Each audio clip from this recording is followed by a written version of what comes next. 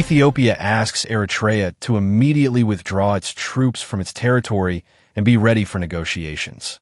The Ethiopian Foreign Ministry has asked the Eritrean army to withdraw from Ethiopian sovereign territories it claims to control and to be ready for negotiations. The ministry stated in a letter to the Eritrean Foreign Ministry on Saturday, January 7, 2026, that Eritrea is violating Ethiopia's sovereign border and occupying areas in the northeast. Ambassador Nebiat Getachew, spokesperson for the Ministry of Foreign Affairs, confirmed the authenticity of the letter to the BBC. The letter recalled that the Ethiopian government has repeatedly requested the withdrawal of Eritrean troops from its territory. If this request is accepted, it is willing to engage in good faith negotiations to resolve all issues of mutual interest, including maritime services and access to the sea through the port of Assab.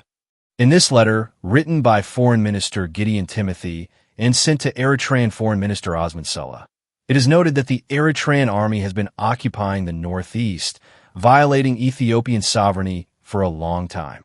In the same letter, he accused the Eritrean government of providing direct material support and assistance to various unnamed armed groups in the areas bordering the two countries. Although the militant groups were not mentioned by name in the letter, the Ethiopian government has previously accused Eritrea of supporting the TPLF and Fano militants. In the letter, Ethiopia stated that despite repeated requests from the Eritrean government to refrain from violating its sovereignty and borders, its efforts have gone unheeded.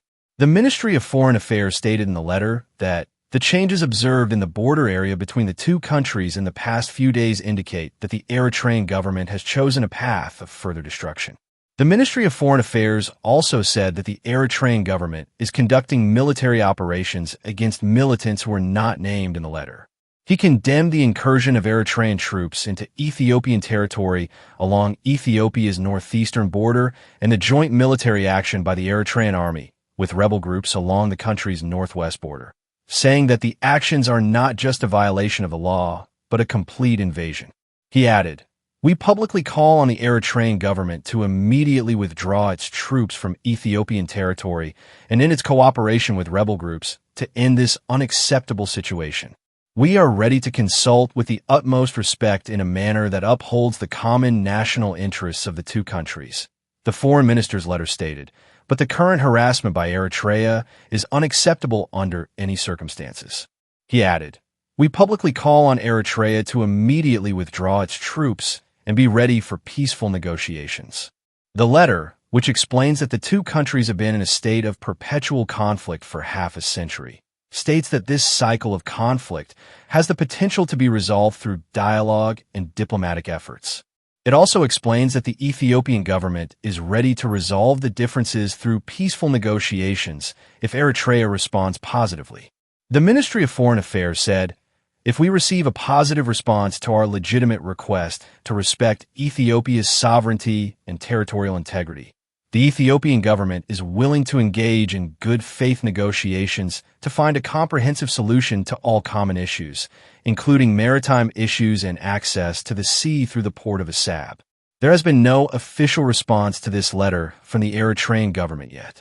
The foreign minister's letter, which states that we are committed to exploring a relationship of mutual respect and understanding, expressed the hope that it will receive a positive response.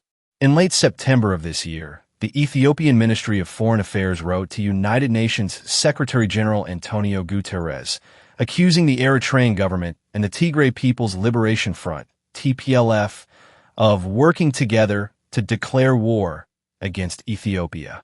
In early January, the Ethiopian Federal Police announced that the Eritrean government had seized more than 56,000 rounds of ammunition sent by the Tigray TPLF in collusion with internal Ethiopian gangs and historical enemies.